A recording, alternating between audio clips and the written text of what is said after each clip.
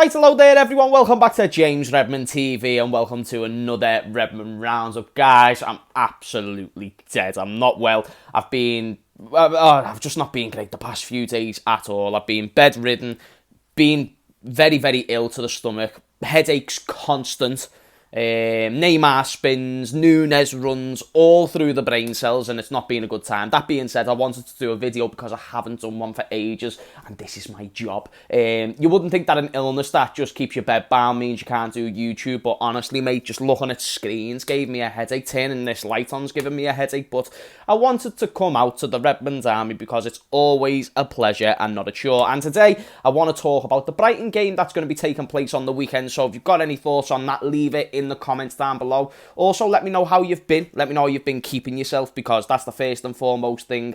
That's the first thing that means the most to me when I'm hearing that everyone's doing well. The new year started good, at least hopefully. And if not, we've always got tomorrow. Anyway, guys, Brighton, Nunez could be out for this game. So it's been unspecified to why he's out for this game. But apparently, according to Paul Joyce, he's got a big chance of missing Brighton. And anything beyond that, any games missing beyond that, is unsure of right now. And is that ideal? Is the thing. You all know my stance on Nunez.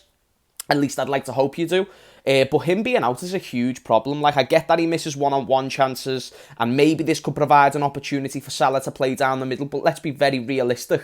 Will that happen? Probably not. Klopp has been very persistent to keep Salah on the right wing and playing him a little bit further out than what he usually does, playing him a little bit deeper than what he usually does. And the reason why I think it's a problem that Nunez is in it, because people are going to be watching this like, James, you hypocritical scouse bastard, how dare you say this about Nunez and then be sad when he's out injured.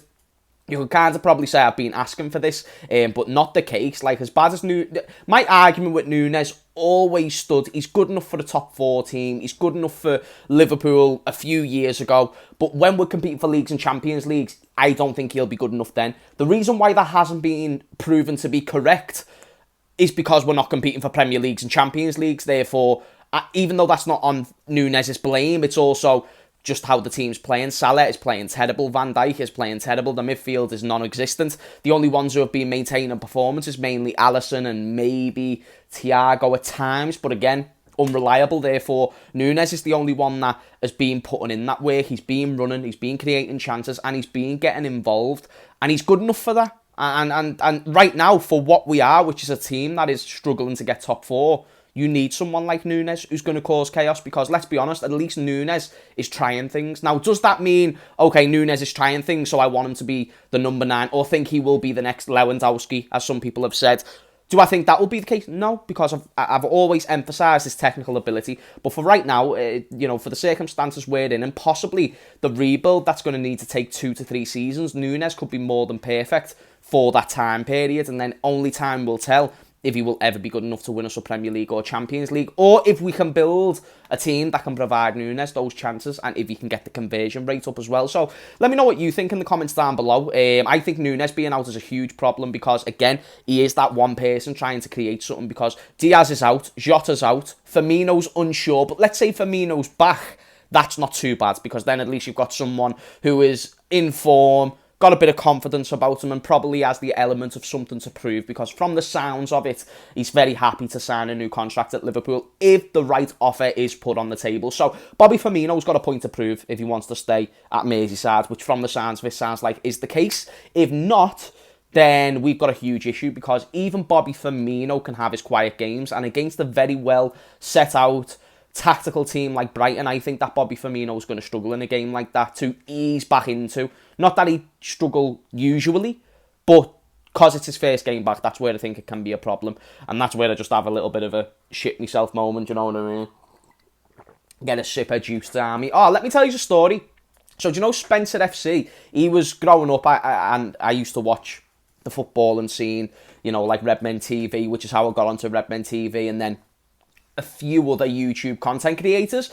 Spencer was one of them, and today I actually got an email. Yesterday I got an email from Spencer and his brother Seb, who plays golf, and they were asking me to do a project that I'm not going to mention because I don't know if it's public yet, but they're mentioning about a project to do next month, and I just thought it was cool. Like, wow, I used to watch you when I was younger, you know what I mean? And I was saying to him on the voice note, I was like, lad, not to sound like a fanboy, But it's an honour to be doing a show with you, or to like do a project with you. I don't know if it's a show or like an out there thing. They haven't told me major details, but I just wanted to bring that to you because Spencer FC's a legend of the game, mate. So it's quite cool for him to recognise me and ask me to do something with him, and so a little mini thing that I can tick off my list of cool moments. But some of you won't give a fuck about that, especially if you don't know who Spencer is. But again, personal cool moments. Let's get into the lineup prediction that revolves around the Brighton game. I do believe we are going to start off as we usually do, 4-3-3, maybe interchange between a 4-3-3 and a 4-2-4, where we expose the midfield a little bit more. But I don't like the 4-2-4. I feel like we struggle with three midfielders, so when you're pushing one of those guys to move even further up the pitch, you're leaving us further exposed. Now, Virgil van Dijk won't be available for this game, so the back four, including Alisson, will be Robertson, Trent, Konate, Matip. Is probably the best back four I would choose, but do not be surprised to see Joe Gomez have an involvement in this game. But if you ask me, I'm going with Konate and Matip. Midfield, Fabinho, I would assume Henderson, because Harvey Elliot just isn't working. And it's not even any major fault to Harvey Elliot, but he's just not the presence in the midfield that we need at the moment. We need legs, we need an engine, and as good as Harvey Elliot can be in a thriving midfield, the midfield's not thriving right now. Thiago's unreliable. Fabinho's been in the worst form that he's been in for time. So I don't see a place for Harvey Elliot. If he's going to grow and learn and adapt in this Liverpool midfield, he needs to do it around players who are playing in good form, setting the example, and doing the role that Harvey is trying to do right now, which is being them legs in the midfield for Fabinho and Thiago, which is not his role. Could it maybe be more adapted into a style of play over upcoming seasons? Yes, but it's his first full season with Liverpool, and when he had those good games early last season before he got the injury against Leeds, he was playing really, really well. People were saying, oh, Harvey Elliott's playing boss, and it's because it was in a team that was more cohesive, a team in a midfield that was more accommodated.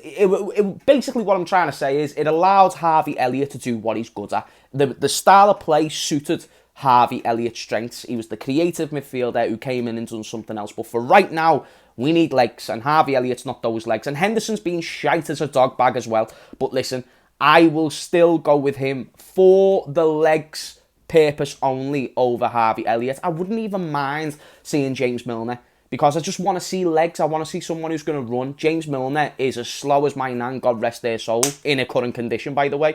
That being said, he's still going to do the purpose of what a runner is there to do. So I do believe he's probably going to go with Harvey, but I would go with a midfield of Thiago, Fabinho and Henderson. The front three, and again, with it being a tactical battle, I think you need someone like Henderson with more of a tactical prowess to what Harvey Elliott does. Clearly the IQ of a footballer. You would assume Henderson is superior in that realm, so we'll see there. But the front three, with no Nunez in mind, I would go with Salah, right wing.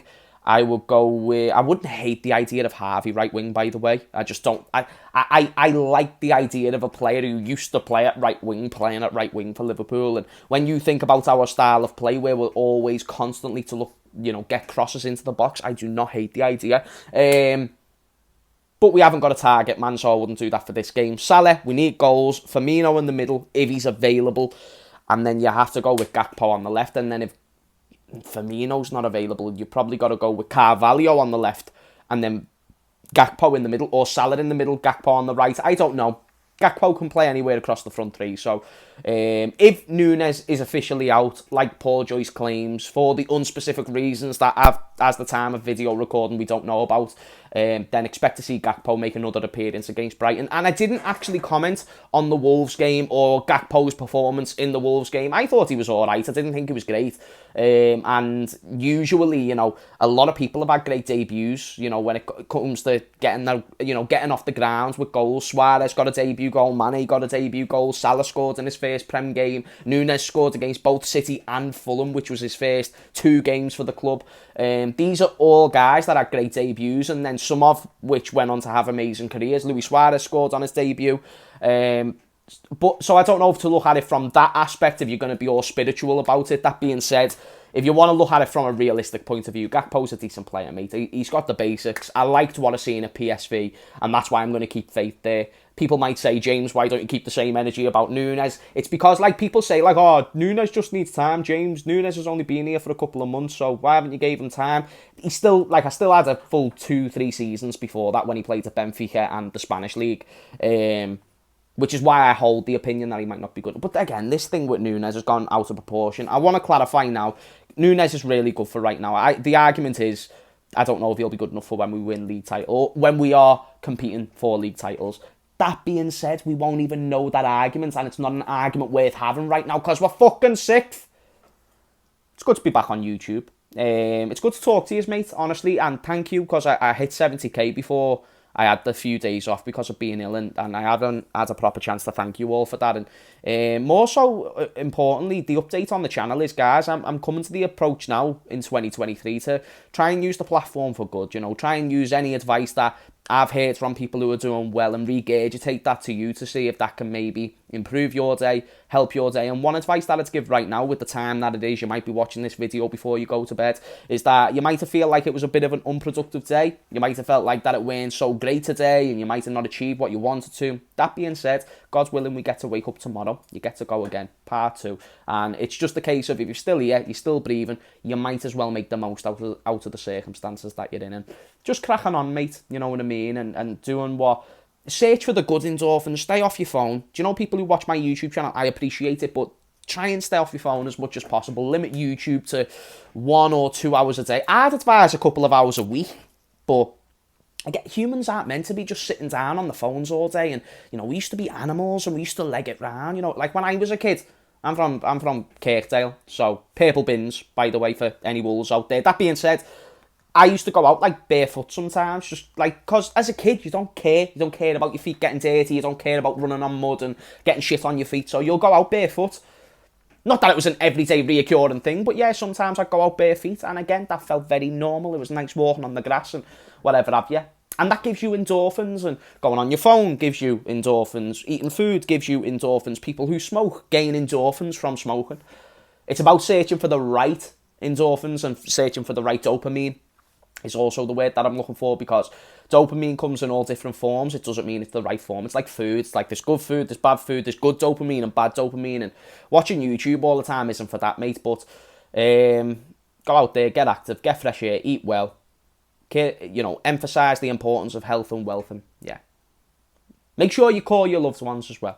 You know what I mean? I don't know, I've been sick the past few days. Like, I got really bad the other day, so it's been making me reevaluate life. I won't do those passionate rambles at the end of every video, but if I've always got a little bit of a piece of information in my head that was given to me by the Lord himself, then I'll definitely pass that over to you guys. And much love to you guys, mate. You make me who I am, and I try and stay as down to earth as possible. And if I do lose my way, call me out, mate. You know, I'm improving with yous. We're all on this journey together. That, like, I'm growing the YouTube channel. You guys are helping me grow the YouTube channel. And if I ever lose my place, mate, the first people who I want to call me out is the people who watch me on a day-to-day basis and actually want the best for me. So make sure you always keep me in check, chat. If I ever grow, make sure I don't forget my roots. And I don't think I will, but it's very important that you have those around you who keep reminding you of those things, because I think when humans become very soul in their own path, then, I don't know, you can lose track, can't you? But anyway, I have really rambled now. Hope you enjoyed this Redmond Roundup. Sorry if it got a bit boring at the end. I didn't mean to make it boring, but I love every single one of you. I'll be a bit more jokey and energetic in my next video. This one, I was really, like, I'm still not too well. And I'm going to go to sleep. Well, I'm going to upload this video. I'm going to go to sleep, and it's going to be fucking awesome. Mwah. Have a bell to use.